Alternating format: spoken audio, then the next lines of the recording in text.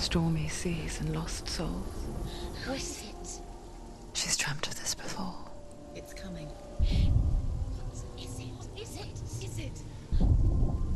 They say dreams are visions of our memories, thoughts and fears, as seen by our inner eye.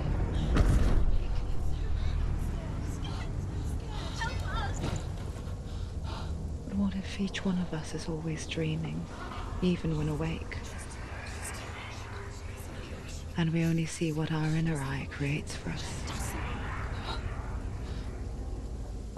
Is this what hell is? A world shaped by Senua's nightmares. Get up. Maybe that's why people fear seeing the world through our eyes. Yes, she's scared. Because if you believe that Senua's reality is twisted, you must accept that yours might be too.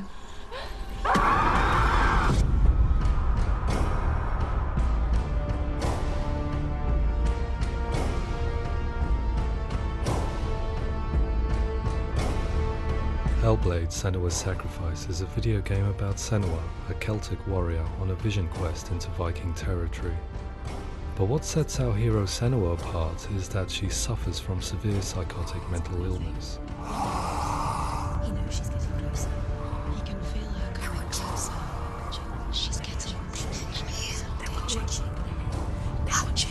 The original idea for Hellblade was to create a classic hero's journey, a journey of suffering, but one where the fantasy world is not another planet or alternate universe, but a world that is constructed in Senua's mind.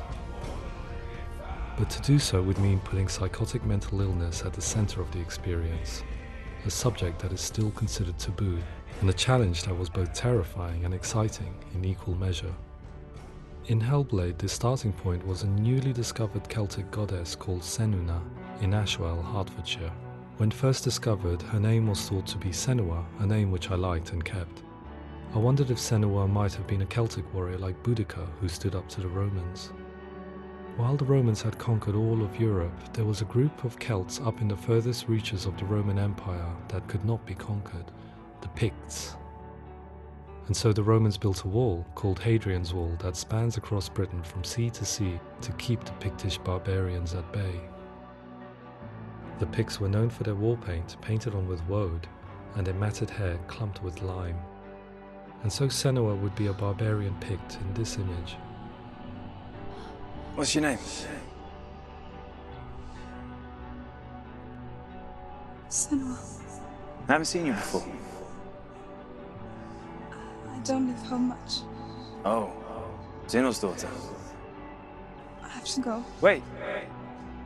Orkney is off the coast of Scotland and was inhabited by the Picts, steeped in history and mystery, and so I made Orkney Senua's home and set the stage for a crisis. In the late 8th century, the first Vikings landed on the Orkney Islands. The population of the Picts crashed thereafter, replaced by the Norsemen of the 9th century. Were they wiped out? We don't know for sure, but it would seem likely given the reputation of the Vikings. The Northmen's brutality is legendary. High-ranking leaders and chieftains of the tribes they conquered were often offered as sacrifice to their gods. The most brutal of these sacrifices was known as the Blood Eagle. I imagine Senua as a young female warrior who returns home from exile to find her partner, Dillion, brutally sacrificed to a Norse god by these hellish warriors from a faraway land. I imagine the horror of this moment and how it would have dragged her deep into mental torment.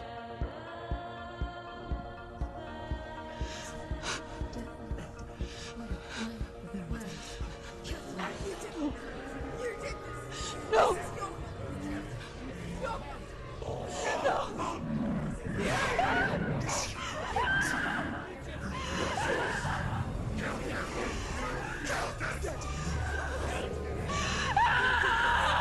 I came to learn that the Celts had a sophisticated and nuanced perspective on the nature of mental disorder.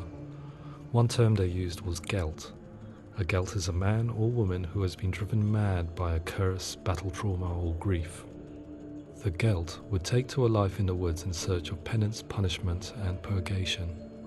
And so Senua became a gelt, cursed by darkness, looking for redemption in the wilds.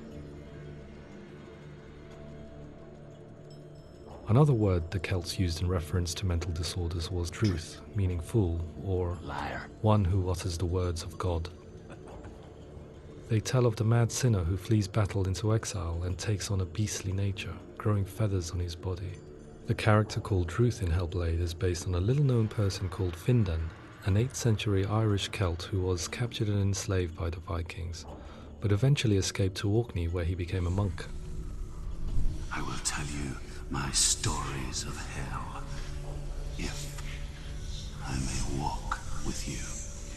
Upon meeting Senua, it would be his stories that fuel her quest deep into their world of gods. The Northmen say the world will come to an end. The sun will grow black, the earth will sink into the sea, the stars will disappear, fire and water will meet, flames will play against the sky, the heavens and earth and all the world will be burned, all the gods will be dead, and the warriors of Valhalla and people everywhere. Senua, prepare yourself for Ragnarok, for it is nigh. So the stage was set for a new adventure, a journey into the Norse underworld called Hell, a vision quest fueled by madness and myth, a fantasy that was created by Senua's own mind, and one that we would experience through her eyes. This is your mission.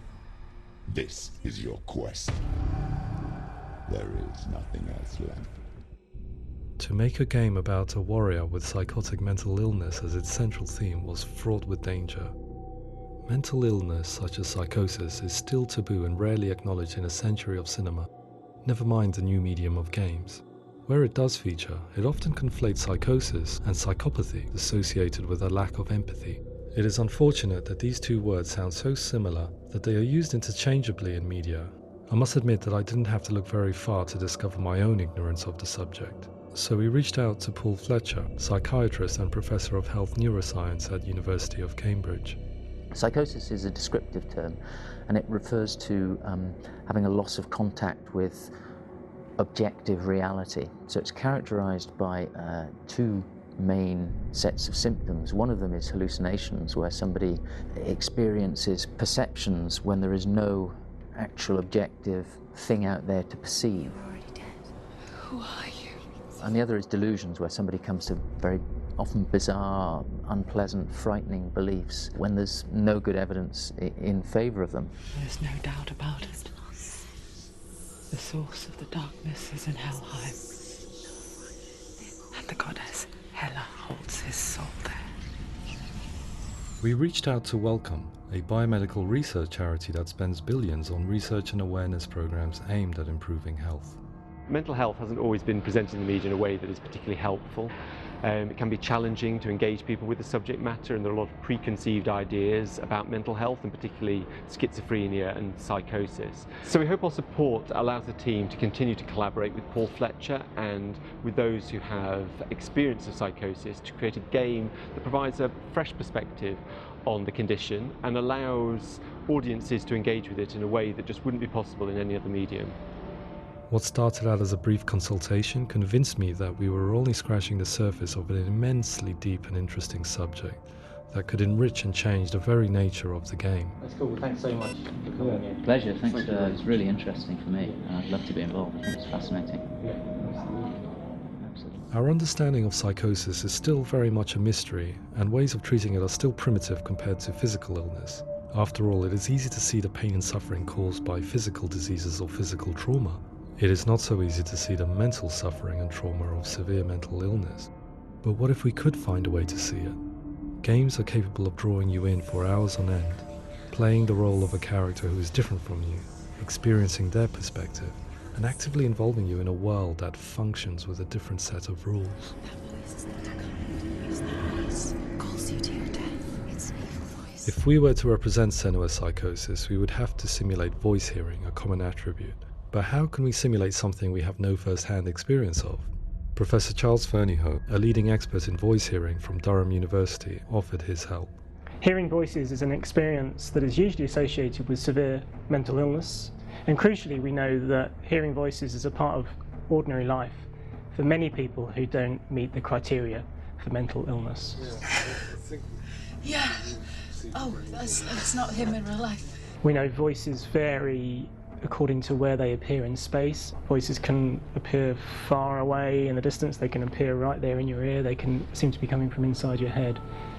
Based on the information Professor Fernie Ho provided, I put together a sound brief and invited some actors to the studio. We recorded the actors using a binaural microphone, which records the 3D spatial position of sound, replicating the way sound is heard by human ears. It gives you an incredible sense that the person you are listening to is right there beside you. Can't see how she's going.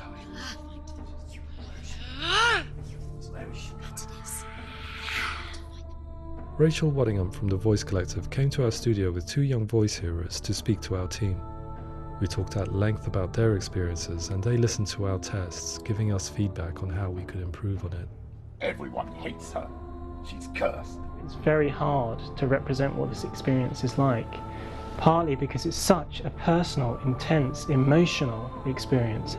It's testament to how Ninja Theory have been listening to what the researchers are saying, but also, crucially, listening to the experts by experience. What they've come up with is so compelling. It's by far the best representation I've heard of what these experiences are like.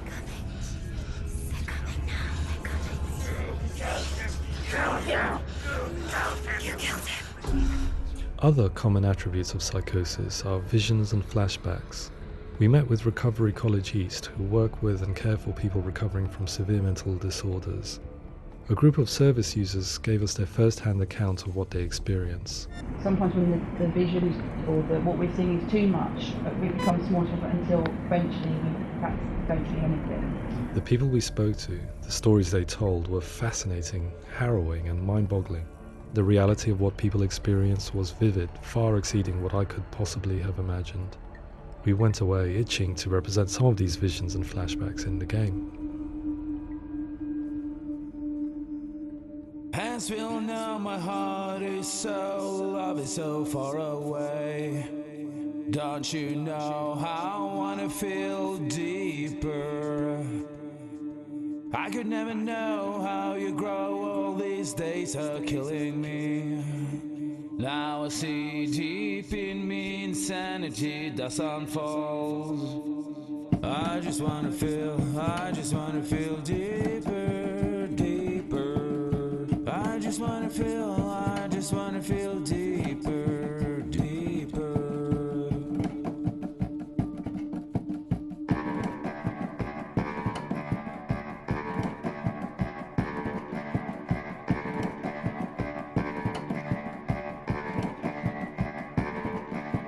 Hands will know my heart is so, love is so far away.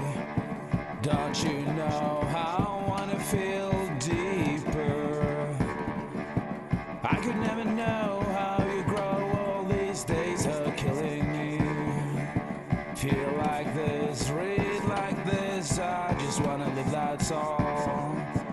I just wanna feel deeper.